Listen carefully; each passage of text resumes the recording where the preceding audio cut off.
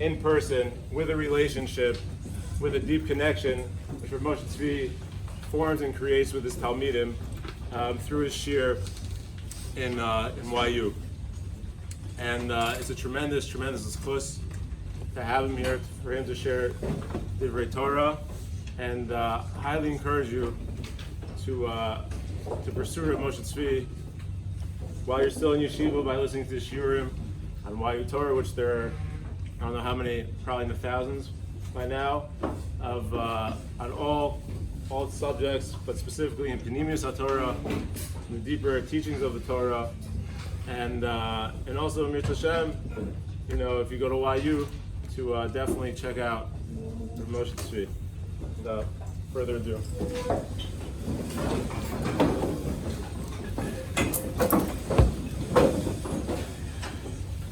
Okay, shalom cheva. Shalom. Hi. Very good to be here. It's very good to be here. First, I'd like to thank my mother, not me. The pillows, the blanket. That's my mom. But really, it's a big privilege to be with you. To see Rishut Rabbanim, Rav Chagai, who was my Rebbe once upon a time, Shana Aleph, many moons ago, Tafshin Samach, a couple of years back, and really just wonderful to be in Eretz Yisrael, to be in yeshiva with you. And I want to begin just with a story that I've been thinking about a lot, which hopefully can help capture a little bit the opportunity that you have. You guys have been in this for a while already. You've been in yeshiva. I got off a plane a couple of days ago. My eyes are still a little fresher in that way, to be able to appreciate what's happening here, to realize what a zchus it is to be in Eretz Yisrael, to wake up every morning breathing the air of Eretz Yisrael. Avira the Eretz Yisrael machkim, the air of Eretz Yisrael transforms us just by breathing. Forget walking in Eretz Yisrael, learning in Eretz Yisrael, davening in Eretz Yisrael, fighting for Eretz Yisrael. Just existing in Eretz Yisrael, just taking a breath of the air of Eretz Yisrael. It's sometimes hard to appreciate what that is from one moment to the next. But to pause once in a while and to ask yourself, like, what's happening here? Wake ourselves up a little bit. To wake ourselves up a little bit and to ask ourselves, what is happening? What is this experience? What does it mean to you? When Moshe Rabbeinu first goes to Klal Yisrael, and Hashem says to Moshe, I want you to save the Jewish people. I don't know if I have it in me. Hashem convinces Moshe Rabbeinu to do it. And Moshe says, God, what should I tell B'nai? Who are you? How should I introduce you to the Jewish people? What should I tell them about you? What's your name? Who are you? And Hashem says, go tell B'nai Yisrael, Eheyeh Asher Eheyeh. Eheyeh Asher Eheyeh. It's the name of Hashem. Eke Asher Eke. Aleph and Hey and Yud and Hey is the name of Hashem. Go tell B'nai Yisrael, I will be what I will be. What kind of response is that? What does that mean? What kind of name of Hashem? How do you introduce yourself? Hashem, who are you? Tell them I will be what I will be. What does that mean? Rishonim grapple. Achronim grapple. Everyone wants to know, what is that? What is that mysterious name of Hashem? The Nitziv of Naftali Tzvi Yehuda Berlin, the great holy tzaddik from Volozhin. The Nitziv says in his commentary on Chumash, he says, I'll tell you what it means. It means Hashem says to Moshe Rabbeinu, you want me to tell you how to introduce myself through you to Bnei Yisrael? I can't do that. You know why? Because Eheyeh, your relationship with Hashem will be Asher Eheyeh. It'll be what you make of it. I can't answer that question for you. However, you have Rebbeim who love Torah, who love Am Yisrael, who love Eretz Yisrael, who want to give over that experience to you. You have friends who are on this journey with you. And yet, at the end of the day, no one can make this experience anything other than what you choose to make this experience. You have to decide what this experience is going to be. At a certain point, you're going to take a step back, and you're going to say, wow, that happened. I was in Eretz Yisrael. I was learning Torah in Eretz Yisrael here. What did I take from that? What did it do for me? I can close my eyes, and in a split second, I can put myself back in your shoes. The year that I spent learning Torah in Eretz Yisrael, and I can feel it. I can close my eyes and I can feel what that experience was to me and how it informs my life to this day. A lot has happened in those last 24 years. But I was able to take something with me to make it my own. And that's my bracha to you guys. You should be able to take it and make it your own. We begin every Shemona Esrei by saying Elokeinu ve'Elokei Avoseinu. I'll ask you a simple question. What's Elokeinu versus Elokei Avoseinu? Who's Elokei Avoseinu? The God of our forefathers, the God of Avraham, Yitzchak, and Yaakov. Okay? And who's Elokeinu, our God? Is that different than Elokei Avoseinu? What does that expression mean? Elokeinu ve'Elokei Avoseinu. What does that mean?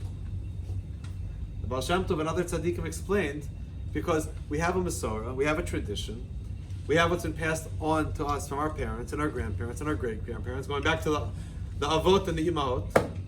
But then there's something called Elokeinu. There's a track in Avodas Hashem called Elokeinu, which is, how do I make this my own? What's my contribution?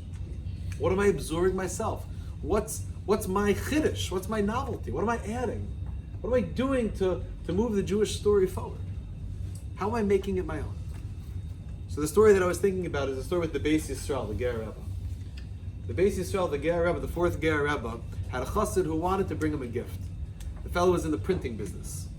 So he printed some beautiful stationery with the Rebbe's name on top, like letterhead, nice paper, quality paper. He brings it to the Ger Rebbe, and he says, Rebbe, I brought this to you. I want you to enjoy it. And you write your correspondence, your Chidushei Torah. The Rebbe takes a look at it. He says, it's beautiful, but I can't, this is not for me. What's wrong? It's good paper. Paper's great. What's wrong? Not enough titles by the Rebbe's name. Too many titles. In his humility, the Rebbe doesn't want so many, Harav, Hagon, Ha'admor. So the Rebbe says, no. You in the top right corner, you printed Bet Samach Daled, which stands for Siyata D'Shmai, with the help of heaven. So now the chassid's really confused. You don't want Siyata D'Shmai. Who doesn't want divine assistance? We can't do anything in this world without Hashem. Who doesn't want Siyata D'Shmai? What's wrong with the stationery saying Bet Samach Daled? So the Ger Rebbe said, you have to understand, every time I put pen to paper, whether I'm writing a letter to strengthen a Jew in his observance of mitzvahs, whether I'm writing an insight into Torah, whether I'm recording a difficult psak halacha, the first thing I do is I close my eyes and I daven to Hashem. Hashem should give me the strength to find the right words, the right emotions, and I ask Hashem for His help. He said, I can't have someone else print that on the paper for me. That's what he said. I can't have someone else create the B'siyata D'Shmaya for me. I have to make that my own. That's what this year in Yeshiva is about. You have to realize what a special opportunity this is, to be here. Don't take it for granted. That's what a lot of guys do after high school. Don't take it for granted. You're breathing the air of Eretz Yisrael at a very unique time in Jewish history. You're learning Torah in the Holy Land, in our homeland. Don't take that for granted. Don't wait for some Rebbe to put the Bet Samach Daled, your Chavrusa, to put the Bet Samach Daled in your life. Make it your own.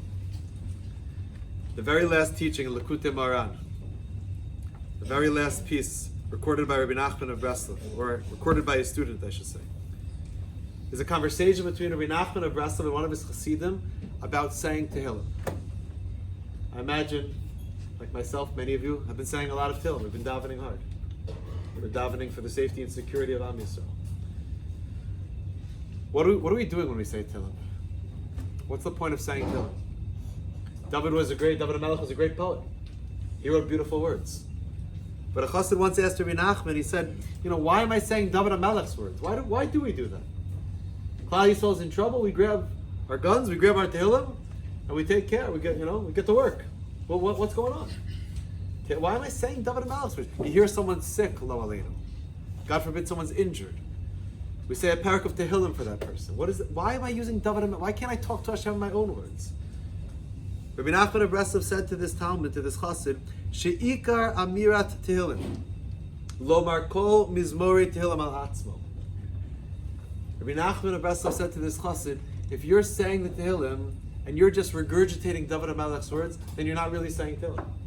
Because the essence of saying Tehillim is to say the Tehillim al atzmo, to say them on yourself, to make it personal, to insert yourself into the words of David HaMelech. So the Chassid asked Rabbi Nachman, but David HaMelech is calling out different enemies, different skirmishes, different battles, different people who are physically trying to harm him or trying to slander his reputation. That's not my life. And Rabbi Nachman of Breslov said, okay, so maybe the characters have changed a little bit. The name of the enemy maybe changes a little bit. But that's not your life? How is that not your life? How is that not your life? How is that not your story? You'll tell me that you're not engaged in a physical milchama, which Klal Yisrael, of course, is right now. But in a time of calm, how can I read the words of David HaMelech with his milchamot, the battles that he's fighting? Says Rabbi Nachman, what are you talking about? You're not engaged in some type of spiritual struggle? There's no battle taking place in your life right now? And then the Chassid said to Rabbi Nachman, and what should I do when I get to those psukim where David HaMelech sings his own praise? How do I have the chutzpah to say that? David HaMelech says to Hashem, Shamra nafshi, protect my soul, ki chosid ami. Because I'm a pious person, I'm a righteous person. I have the chutzpah to say that, to recite David HaMelech, to talk to Hashem the way that David HaMelech talked to Hashem. And Rabbi Nachman, in probably even greater frustration, said to this fellow, why not? Who told you you're not a chassid? Who taught you you're not a tzaddik? Why are you standing on the sidelines of Jewish history? Who told you you're not a tzaddik? Why can't you say, I'm a chassid? So you're not David HaMelech? Okay, you're not David HaMelech. But who told you can't turn to Hashem and say, Rabbona Shalom, I'm also a courageous warrior on your team. I'm also one of your tzaddikim. I'm also one of your chassidim. Who told you can't say that? Find that part inside of yourself and be that, become that. However, in a couple of weeks, it's going to be Purim. That's unbelievable. We're getting ourselves ready. We're going to have the zchut, Bezrat Hashem, to hear the Megillah, to read Megillah Esther. I want to ask you a very simple question about Megillah Esther. How many psukim are there in Megillah Esther? Anyone know? Take a guess. 10 chapters, 10 prophets. How much? 400 lines. There's 400 lines, okay, interesting.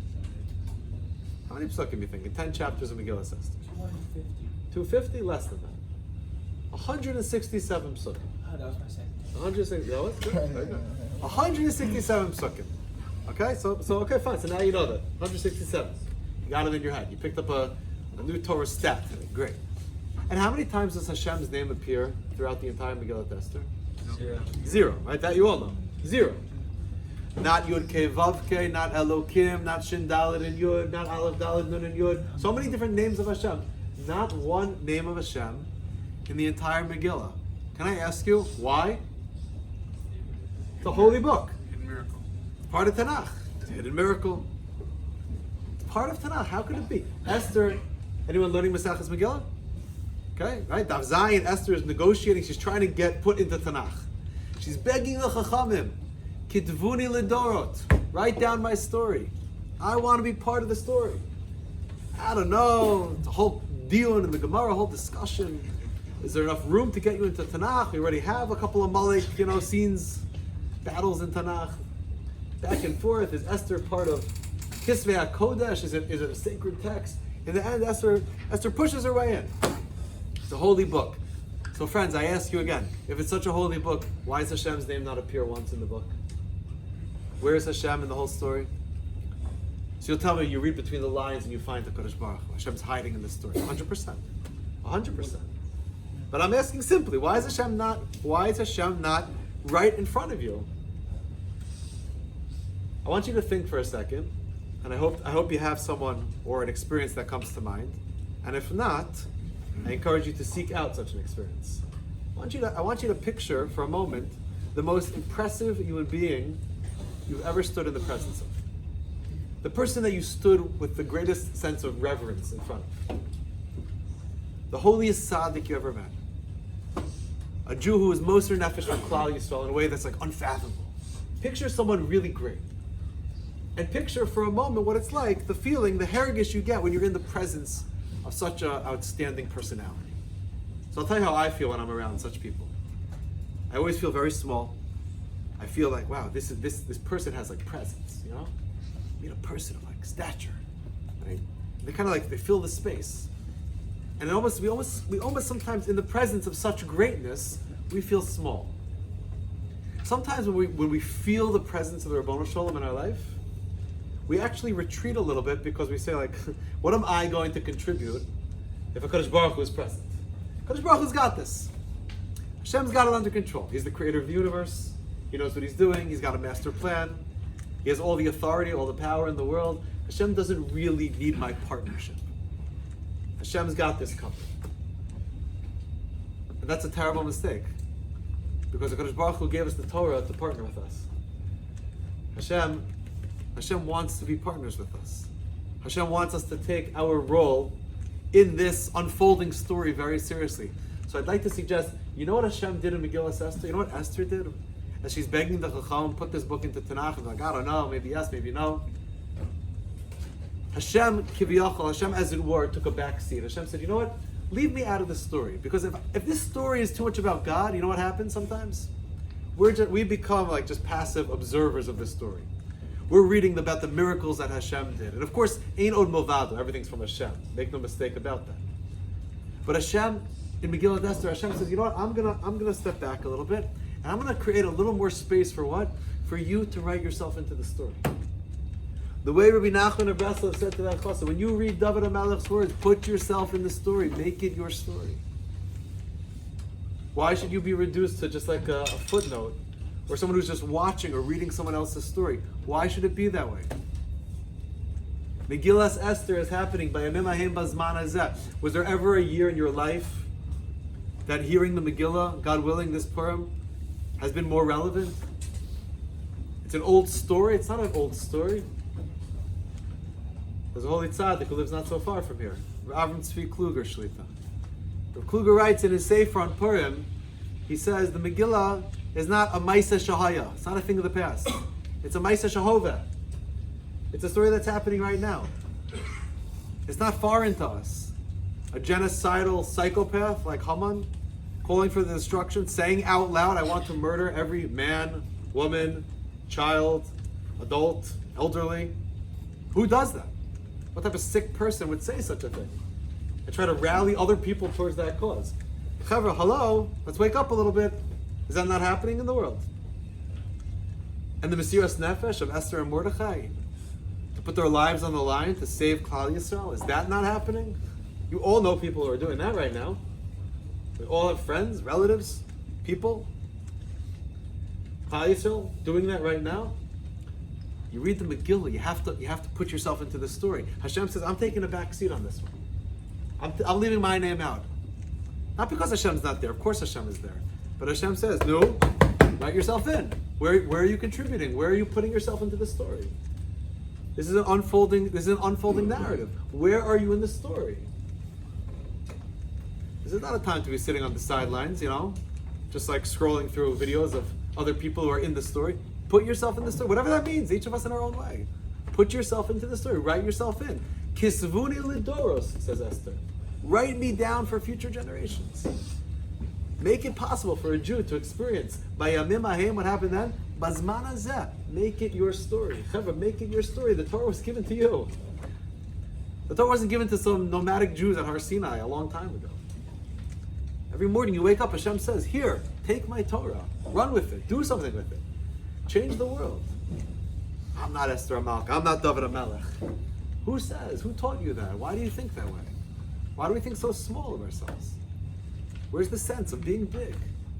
Where's the realization that my word of Torah matters? A word of Torah. Do we know what a word of Torah is? Do you understand what the smallest bit of Torah is? What the smallest bit of tefillah is? What a small act of Mesiras Nefesh is?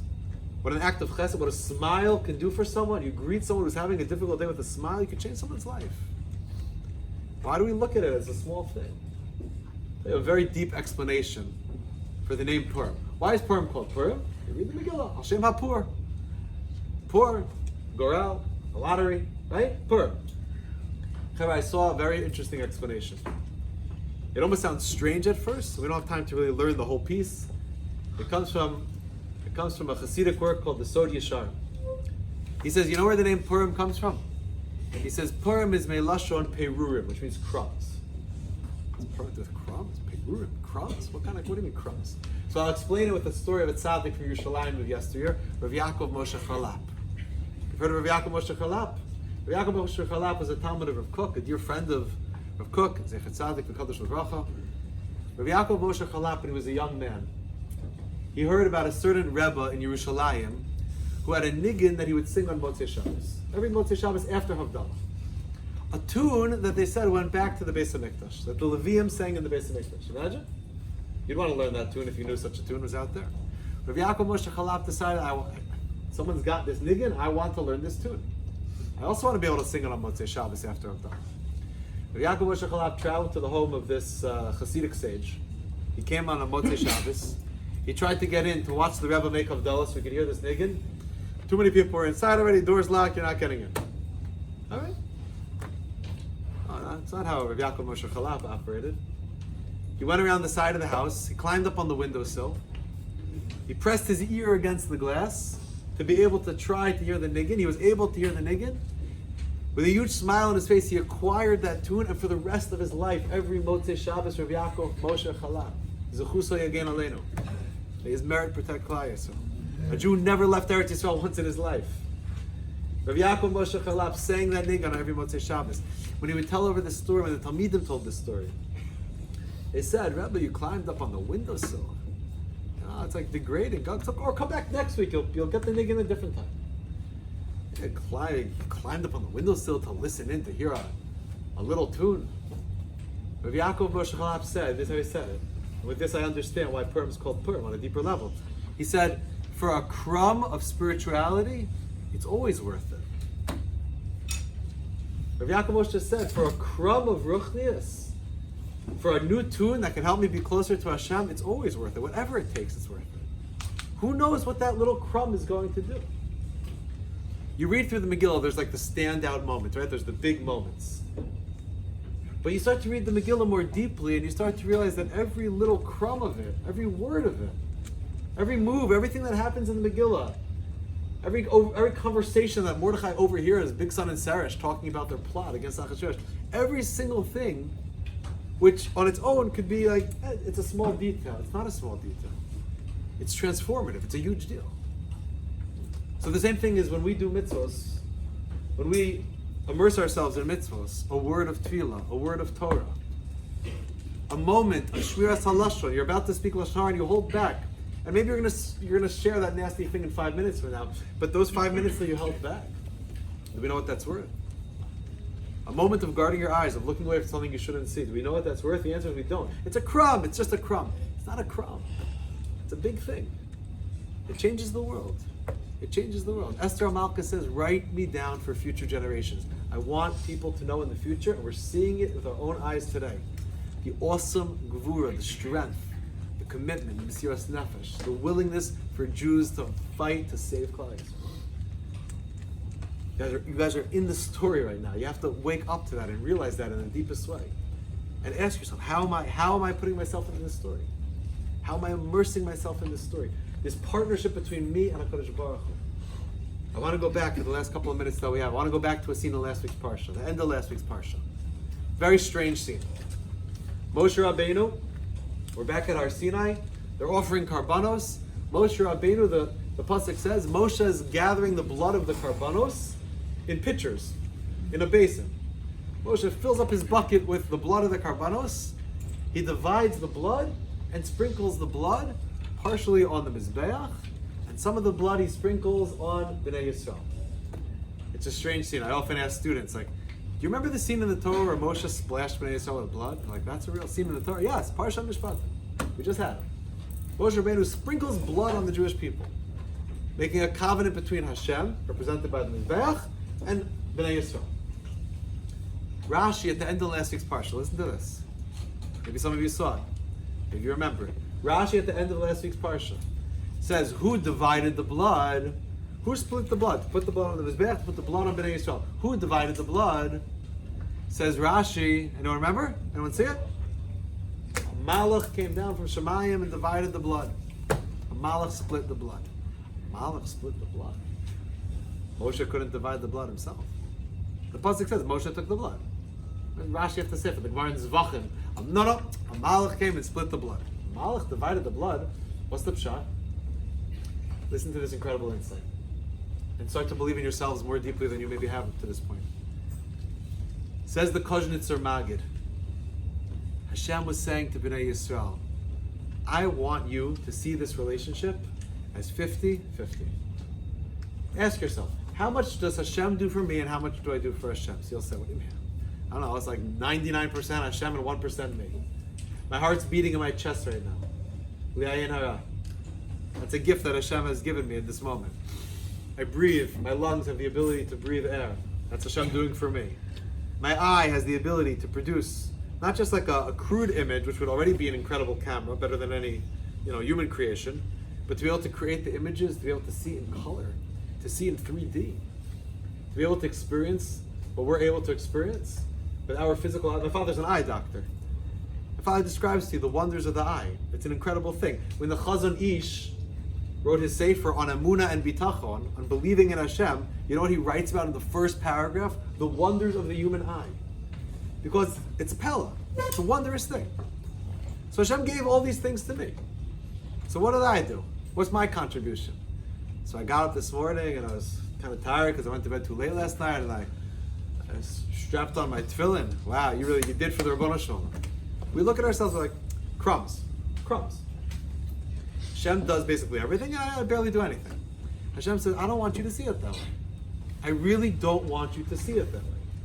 Hashem says, at the foot of Har Sinai, we're dividing the blood, not even 51%, 49%. A malach came down from Shemayim and split the blood 50-50.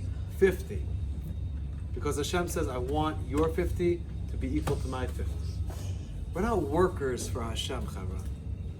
We're not here to collect a paycheck. What's the difference between someone who works for someone else and a person who works in his family business that your great-grandfather started, that your grandfather maintained? Nepotism. Right? Nepotism, yeah, that's one of the differences. The other difference is you're also not punching in and punching out. You're not in it just to get your paycheck at the end of the month. This is my story. This is my business. This is my life. HaKadosh Baruch Hu says at the foot of Har Sinai, the blood has to be 50-50. Esther says to the Chachamim, Kisvuni ledoros. Make it possible that future generations, when they read the Megillah, and they see that Hashem's not taking up too much space in the Megillah, not because He's not there, because Hashem is inviting you to add your contribution to the story. To put your own Bet Samach Dal at the top of the page. To make it your own. Ahaya Asher Ahaya. Like I told you at the beginning, Moshe Rabbeinu. Well, Hashem, how do I introduce you? You're not going to be able, you can be, Moshe, you're the greatest teacher we ever had. But at the end of the day, it's going to be what you choose to make of it. So I want to give you guys a bracha. You're in a beautiful yeshiva, a really beautiful yeshiva. I love this place. I mamish love this place. And if you think I say that in every yeshiva I visit, I don't. I have a special, I don't know why. I mean, I do know why, but I have just such good feelings every time I step into Lev HaTorah. No, I really believe in this yeshiva. You have incredible rebbeim. You have really unbelievable rebbeim, unbelievable chaverim. It's such an opportunity for you to grow, but you have to make it your own. I give you a bracha, you should internalize it in a deep way. You should put yourself into the story.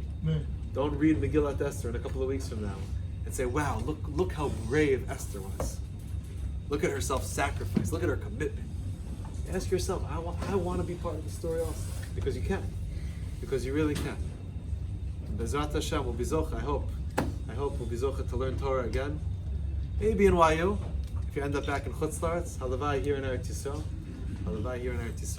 But really, soak up the opportunity. This last stretch of the year. You have Adar, then you have another Adar, Pesach. These are incredible months, and I hope that you'll absorb the Torah of our Holy Land. Thank you very much for the opportunity.